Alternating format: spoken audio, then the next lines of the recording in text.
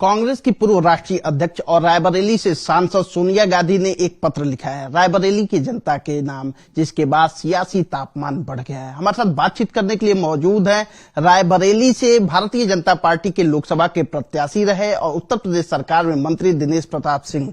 दिनेश जी, सोनिया गांधी ने एक लेटर लिखा है जिसमें उन्होंने अपील की है रायबरेली की जनता से कि मैं तो ध्यान नहीं रख पाऊंगी, मेरे परिवार के लोग ध्यान रखेंगे, सेवा करेंगे और रायबरेली की जनता भी उनका साथ दे। क्या कहेंगे? मुझे दुख है सोनिया गांधी के इस निर्णय पर कि राजनीति में इतना बड़ा धोखा गांधी परिवार का कोई सदस्य ही मतदाताओं को दे सकता है। ऐसा धोखा मैंने देते हुए किसी और परिवार को नहीं देखा जिस तरह सोनिया गांधी ने दिया। सांसद रहते हुए उन्होंने रायबरेली छोड़ करके राजस्थान की यात्रा की और कोई कारण बिना बताए, अगर सोनिया गांधी में जरा सी लज्जा होती, जरा सा नैतिकता होती तो एक बार रायबरेली आ जाती और रायबरेली के लोगों के बीच में कहती कि मैं राजस्थान से राज्यसभा होना चाहती हूं, अगर आप लोग राय दो तो मैं राज्यसभा हो जाऊं। यह तो जब मैंने आवाज उठाई तो सोनिया गांधी ने एक पत्र लिख दिया कि ये तो चूक हो गई, हमने तो रायबरेली के लोगों से पूछा नहीं, और उन्होंने एक पत्र लिख दिया। आप सबको पता है 15 तारीख 14 तारीख गई है और पत्र 15 को लिखा गया है, 14 तक कोई पत्र नहीं भेजा गया। यह भी झूठ है कि 15 तारीख का पत्र सर्कुलेट होता है, लिखा 15 को जाता है और तारीख 14 को डाली जाती है। खैर, ये उनका पत्र है, इस पर मुझे कुछ नहीं जाना, लेकिन धोखा इसलिए किया। अगर वो देश हित में धोखा होता तो भी एक बार जायज था, जनहित में होता, रायबरेली के हित में होता तो भी मैं मान लेता। उन्होंने व्यक्तिगत हित में कि हमारे 10 जनपद का आवास हमारे पास रहे, इस उद्देश्य से केवल किया। वो भली भांति जानती थी कि 2024 के चुनाव में अगर मैं लोकसभा का चुनाव लड़ने जाऊंगी तो पराजय का मुंह देखना पड़ेगा, और अगर मैं पराजित हो गई तो 10 जनपद हमारे हाथ से चला जाएगा। यह पूरा परिवार सुविधाभोगी परिवार है। देश की गाढ़ी कमाई के पैसे से सुख भोगना इनका सगल रहा है, और मैं समझता हूं कि देश की जनता ने इसको अब बड़े करीब से देख लिया है। राज्यसभा हो सकती हैं सोनिया गांधी, लेकिन सांसद सोनिया गांधी नहीं हो सकती हैं। सोनिया गांधी ने अपने पत्र में अपनी बढ़ती उम्र और स्वास्थ्य का हवाला देकर के कहा है, बड़ा दुख होता है कि उनका बेटवा पास हो जाए, पप्पू पास हो जाए।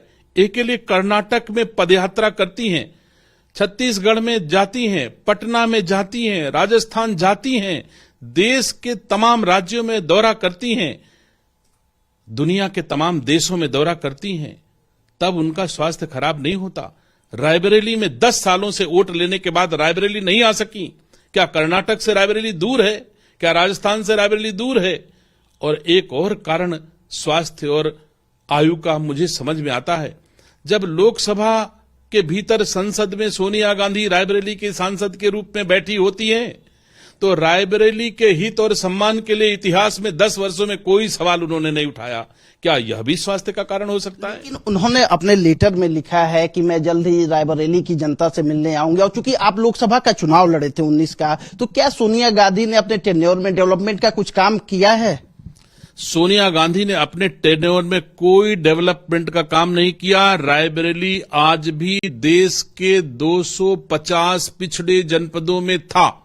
मोदी जी के आने के बाद रायबरेली का डेवलपमेंट हुआ है। रायबरेली इसके पहले बीआरजीएफ योजना से प्रोटेक्टेड था। बीआरजीएफ मतलब होता है बैकवर्ड रीजन ग्रांट फंड।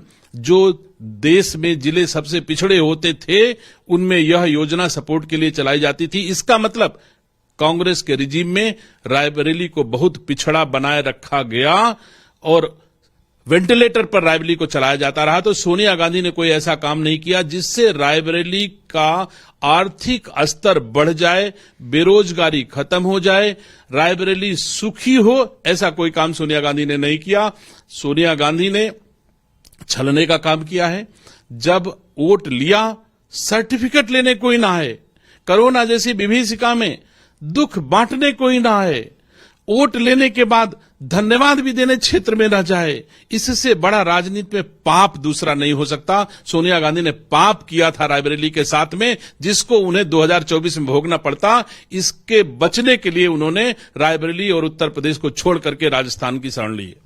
आपके कहने का मतलब है कि देश के सियासत में सबसे अगड़े परिवार ने रायबरेली अमेठी को पिछड़ा बनाए रखा। 100% रायबरेली को हमेशा पिछड़े बनाए रखने की साजिश ही गांधी परिवार की साजिश थी। यहां एक भी जनप्रतिनिधि बढ़ने न पाए, ये प्रयास किया गया। रायबरेली आत्मनिर्भर न हो, गुलाम रहे, ये प्रयास किया गया। रायबरेली आर्थिक रूप से पिछड़ा रहे, ये प्रयास किया गया। तो सोनिया गांधी और गांधी परिवार के द्वारा हमेशा भेदभाव किया गया और यह कोशिश की गई कि हम पीढ़ियों की कमाई को खुद खाएं। बड़ा दुख होता है, अगर पीढ़ियों ने सेवा की, पंडित जवाहरलाल नेहरू ने देश की सेवा की तो देश ने उनको सराखों पर बैठाया। इंदिरा गांधी ने अगर देश की सेवा की तो उनको देश ने सराखों पर बैठाया। राजीव गांधी ने अगर देश की सेवा की तो उनको सराखों पर बैठाया। मुझे प्रियंका गांधी की सेवाएं बताओ, सोनिया गांधी की सेवाएं बताओ, राहुल गांधी की सेवाएं बताओ। बिना सेवा पीढ़ियों की कमाई अब नहीं खाई जा सकती। ये प्रतिस्पर्धा का युग है, मोदी युग है। जो सेवा करेगा सम्मान करेगा, वो सम्मान पाएगा। जो विकास करेगा वो सम्मान पाएगा। ग्लैमर से सांसद नहीं हो सकता। वैसे तो प्रियंका गांधी ने खुद कहा मैं बूढ़ी हो गई हूं, तो मुझे तो नहीं लगता कि उनका अब ग्लैमर भी काम आने वाला है। रसूख भी नहीं है कि वो प्रधानमंत्री का रसूख हो, उस पर भी वोट मिलने वाला नहीं है। और अब रसूख के बल पर, ग्लैमर के बल पर जनता वोट भी नहीं देती। जनता तो सेवा और सम्मान के बल पे वोट देती है। जो अच्छी सेवा करेगा, मोदी जी अच्छी सेवा कर रहे हैं तो आज पूरी जनता मोदी जी के साथ है। दिनेश जी, आप वहां के स्थानीय मतदाता भी हैं, रायबरेली के आप रहने वाले हैं। आपातकाल के बाद राजनारायण ने गांधी परिवार को हराया था। अब क्या लगता है कौन हरा पाएगा गांधी परिवार के प्रत्याशी को? देखिए, कोई भी प्रत्याशी हो, गांधी परिवार का प्रत्याशी हारेगा इस बार रायबरेली से। ये रायबरेली के लोगों ने गांधी परिवार के धोखे से सबक लेकर के निर्णय लिया है। और मैं तो कहता हूं गांधी परिवार को रायबरेली हरा चुकी है। इसी चुनाव में, राजनारायण के बाद 2022 के चुनाव में गांधी परिवार को रायबरेली ने हराया। रायबरेली प्रियंका गांधी 2022 के चुनाव में लोकसभा के 5 विधायकों को, कांग्रेस के प्रत्याशियों को जिताने का हर संभव प्रयास किया। गांव गली घूमी, 5 के 5 हारे। तो मुझे बताओ गांधी परिवार हारा कि नहीं हारा?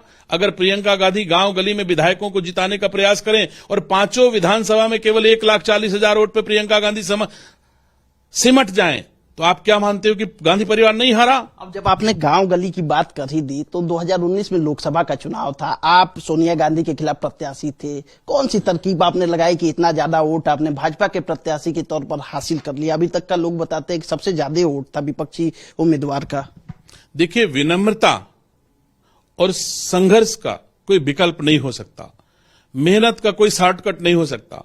हमने विनम्रता के साथ मेहनत करके रायबरेली वासियों की सेवा की है। मोदी जी का, योगी जी का आशीर्वाद लेकर के रायबरेली वासियों की सेवा की है। रायबरेली के लोग इसलिए मेरे ऊपर विश्वास करते हैं, भरोसा करते हैं। मुझे उम्मीद है कि इस बार चाहे गांधी परिवार का जो व्यक्ति लड़े, प्रियंका गांधी आवें, रॉबर्ट वाड्रा का भी साथ लावें, जेका मन हुए का साथ लेके आवें, लेकिन हार के जाना तय है।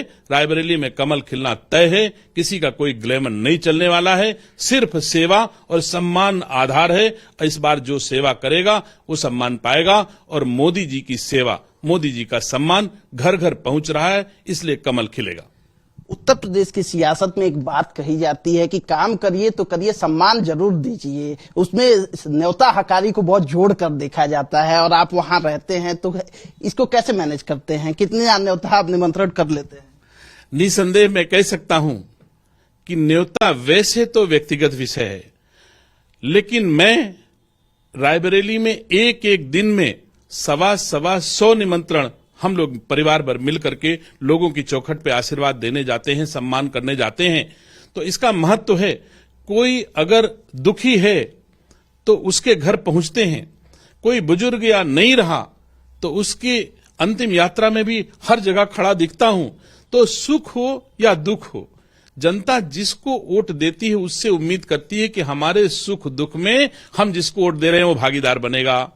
तो मैं जनता की इस कसौटी पर पूरी तरह से खरा हूं कि सुख दुख में मैं रायबरेली वासियों की चौखट पे सदैव उपस्थित रहा हूं। पूरे रायबरेली जनपद की पदयात्रा मैंने की, गांव-गांव गली घूम करके गली गली पूछा, भैया हमरे लायक कोई काम हुए तो बताओ। गांव गली दिनेश सिंह घूमता फिर रहा था, एक भी गांव नहीं बचा जहां पहुंच करके मैंने यह ना पूछा हुए, भैया हमरे लायक कोई काम हुए तो बताओ। सप्ताह में 2 दिन मैं अपने घर पर बैठ करके रायबरेली वासियों की बातें सुन करके उनके निदान करने का प्रयास करता हूं। सप्ताह में 2 दिन गांव में घूम करके समस्याओं को सुन करके निदान करता हूं। तो इस प्रकार लगातार रायबरेली की जनता के बीच में उपस्थित रहकर इसे विनम्रता के साथ उनकी सेवा कर रहा हूं। तो मेरे कहने से मैं समझता हूं रायबरेली वासी भारतीय जनता पार्टी को वोट करेंगे, मोदी जी की सेवाओं पर वोट करेंगे, मोदी जी के सम्मान को वोट करेंगे और कमल खिलेगा रायबरेली। इंडिया गठबंधन लगातार बिखरते जा रहा है। ऐसे में रायबरेली में चूंकि आप स्थानीय निकाय से एमएलसी, आपके भाई विधायक रहे, आपके पुत्र ब्लॉक प्रमुख है, आपके घर में जिला पंचायत अध्यक्ष आपके भाई रहे, तो क्या लगता है कि सियासी नब्ज जो है वो किधर जा रही है और इंडिया गठबंधन का प्रत्याशी जो होगा वो क्या चुनौती पेश करेगा? देखिए, इंडिया गठबंधन का अस्तित्व उत्तर प्रदेश और हिंदुस्तान से लगभग समाप्त हो गया। इसको हम और आप दोनों अच्छी तरह जानते हैं। और इंडिया गठबंधन में कोई वैचारिक मेल नहीं था, इसलिए यह गठबंधन स्वाभाविक नहीं था और गठबंधन हो भी नहीं सकता। इसलिए इस गठबंधन के लिए जिन लोगों ने प्रयास किया वो प्रयास अनुचित था, उचित नहीं था। मैं समझता हूं कि इंडिया गठबंधन ताश के पत्ते की तरह बिखर गया है, तो इंडिया गठबंधन का कोई अस्तित्व नहीं है। मैं इससे इनकार नहीं कर सकता कि चुनाव होगा, लोग चुनाव लड़ेंगे, चाहे इंडिया गठबंधन के तले लड़ें, चाहे कांग्रेस के बैनर तले लड़ें, चाहे समाजवादी पार्टी के बैनर तले लड़ें, लेकिन जो सेवा है, जो सम्मान है, मोदी जी का है, योगी जी का है। आप देख रहे हैं कि इंडिया गठबंधन को डूबता हुआ जहाज मान करके इंडिया गठबंधन के बहुत सारे लोग इस भारतीय जनता पार्टी रूपी नाव पर सवार होकर के और देश की जनता की सेवा मोदी जी के नेतृत्व में करना चाहते हैं और सब आ रहे हैं। आपके जिले के एक नेता है स्वामी प्रसाद मौर्य, काफी बयानबाजी दिया करते हैं, उन्होंने अपने पद से इस्तीफा दे दिया है, इंडिया गठबंधन को मजबूत करने की बात करते हैं, 1585 का नारा देते हैं। तो क्या लगता है स्वामी प्रसाद मौर्य भी हो सकते हैं प्रत्याशी? अगर अखिलेश यादव जी ने जो पीडीए की चर्चा की है, ऐसा कहते हैं कि पिछड़ा दलित और अल्पसंख्यक का मतलब होता है पीडीए। में तो नहीं जानता हूं, हमारे ब्रजेश पाठक जी ने कहा है, आप जानते हैं क्या कहा था? परिवार डेवलपमेंट अथॉरिटी उन्होंने कहा था। खैर, लेकिन पीडीए का अगर पिछड़ा कह दो तो मौर्य जी पिछड़े में मौर्य समाज के प्रतिनिधि के रूप में अपने को कहते हैं। पल्लवी पटेल जी कुर्मी बिरादरी से पिछड़े के रूप में अपने को कहती हैं। अगर कुर्मी और मौर्य नाराज है, नहीं साथ में है, तो पीडीए का क्या मतलब बचा? कौन सा पीडीए होता है? तो ना तो दलित है, ना पिछड़ा है। और इन भागों में देश के लोगों को बांट करके राजनीति नहीं की जानी चाहिए। मोदी जी इसीलिए सफल हैं कि वो सबका साथ, सबका विकास चाहते हैं। वो पिछड़ा, अगड़ा, दलित, अल्पसंख्यक, उनके बैनर के तले, उनके एजेंडे में सबका विकास है, सबका सम्मान है। इसलिए मोदी जी सफल हैं। और समाजवादी पार्टी और दूसरे दल समाज में बेमनस से फैला करके, बांट करके राजनीति करना चाहते, इसलिए असफल है। एक आखिरी सवाल आपसे है, 2024 का लोकसभा चुनाव सामने है, क्या रायबरेली से हमें दिनेश प्रताप सिंह भारतीय जनता पार्टी के प्रत्याशी के तौर पर चुनावी मैदान में दिखेंगे? मैं समझता हूं ये विषय हमारे भारतीय जनता पार्टी के नेतृत्व का होता है। मैं एक चीज की गारंटी लेता हूं कि रायबरेली से प्रत्याशी चाहे जो हो, खिलेगा कमल, इतना मैं जानता हूं। वो कोई भी होगा, जो नेतृत्व निर्णय लेगा वो प्रत्याशी होगा, और जो प्रत्याशी होगा जीत के जाएगा। हमारे साथ बातचीत करने के लिए मौजूद थे उत्तर प्रदेश सरकार के मंत्री दिनेश प्रताप सिंह, जिनका कहना है कि प्रत्याशी चाहे जो कोई हो, खिलेगा तो कमल का फूल। कैमरा पर्सन राहुल चौहान के साथ दिव्येंदु राय, भारत एक्सप्रेस, लखनऊ।